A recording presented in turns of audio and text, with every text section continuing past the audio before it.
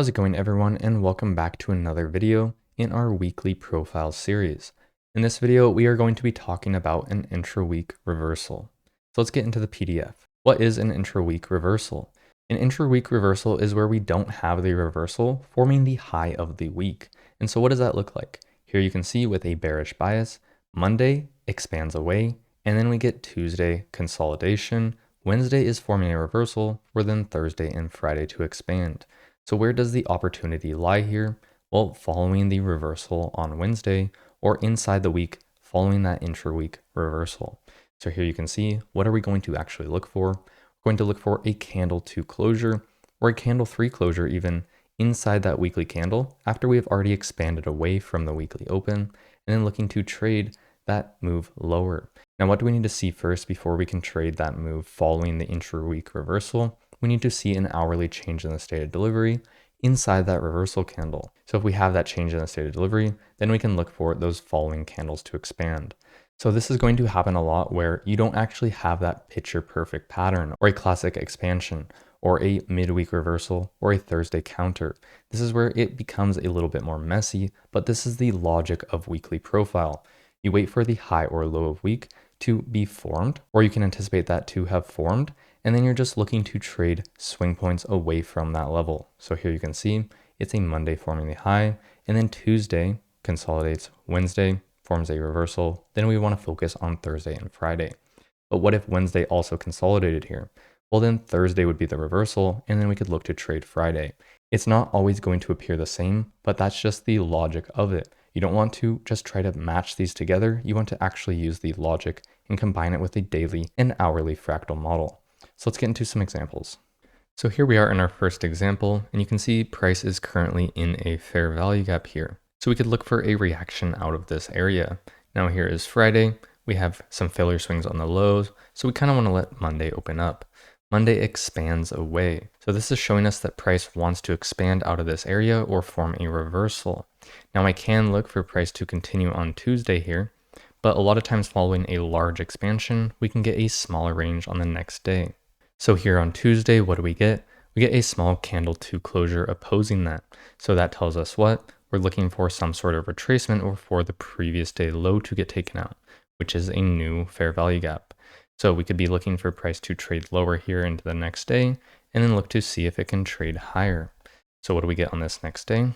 We have a candle 2 closure. So now we have Monday forming the low and expanding away, telling us that we want to trade higher. Tuesday consolidates, which is not a reversal signature, and then Wednesday forms a manipulation of this range low. So with this candle 2 closure, what do we want to go and see? On that hourly time frame, do we have a change in the state of delivery? So zooming in here, we do have that hourly change in the state of delivery and a new continuation that formed right here. So ideally, we would not want to see price do what? Take out this low as it expands higher. So let's see what happens. You can see we get a continuation higher, and then we get into the next day here. With a large expansion the previous day, I can be looking for this next day to continue as well, but I do want to be careful as it could form some bit of a consolidation. And you can see it's not as clean, and it does get a move up, but it comes back into the range. Let's go back out to the daily chart. So just to review, what do we have? We have Monday forming an aggressive move out of a point of interest, showing us that price wants to form a reversal in this area. Then on Tuesday, we get a little consolidation. Wednesday, we manipulate that low in the consolidation. We have a candle 2 closure, which shows price is reversing on Wednesday.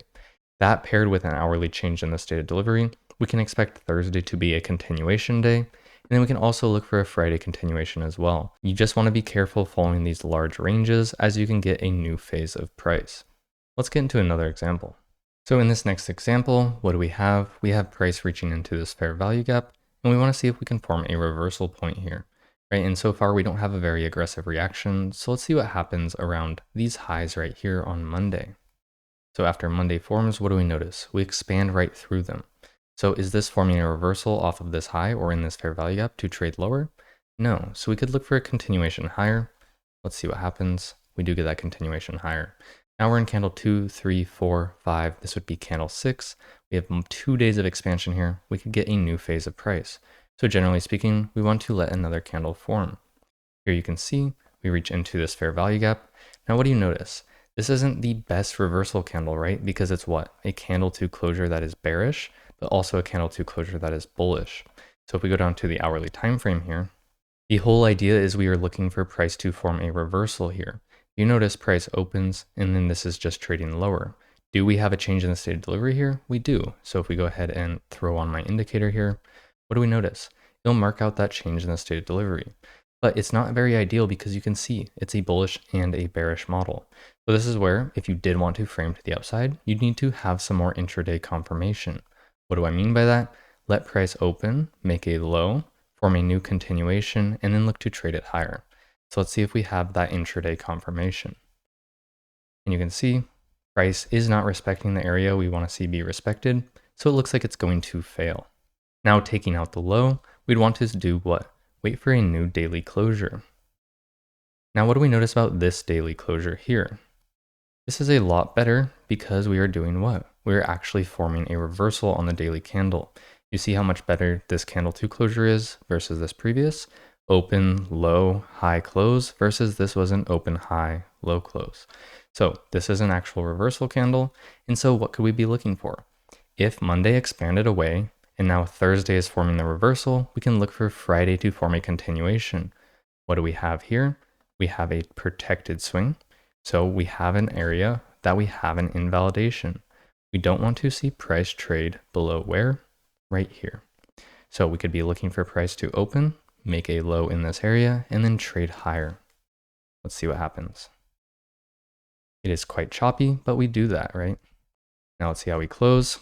And we close pretty strong, forming a new protected swing on the daily. And this is where we can have Monday form a continuation because what is it doing?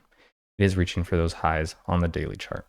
So just to review, Monday expanding away tells us that it is bullish. It's forming a reversal down here. So then we can wait for a new intra-week reversal or a new swing point on the daily to trade away from. Here, Wednesday potentially looked like it could have been, but it's not really a reversal candle. It's a bearish expansion candle. Here on Thursday, we form a nice bullish reversal candle, which allows us to look for what? A Friday continuation. On Friday, we close over, and then we could look for a candle for continuation into the highs. Let's get into another example. So here we are in our next example, and this will have an extra scenario in it. What do we notice here on Friday of the last week? Well, we have a candle to closure in what? A point of interest. So a lot of people ask, do you trade Mondays? The only time I will trade a Monday is when I have a Friday reversal or a Friday candle to closure, which allows Monday to be the candle 3. So I could look to trade Monday here. And what do we expect? A continuation, right, off of Friday's reversal. But with Monday expanding away, what is that telling us? That this weekly candle wants to go higher. So we could look for a continuation in candle 4 to trade this higher. And we do get that continuation. It's quite small, following a large range, but now we could wait for a new phase of price. Keeping a bullish bias, what do we have here? A candle to closure. So we could be looking for price to do what? Take out its previous day low or reach into this fair value gap.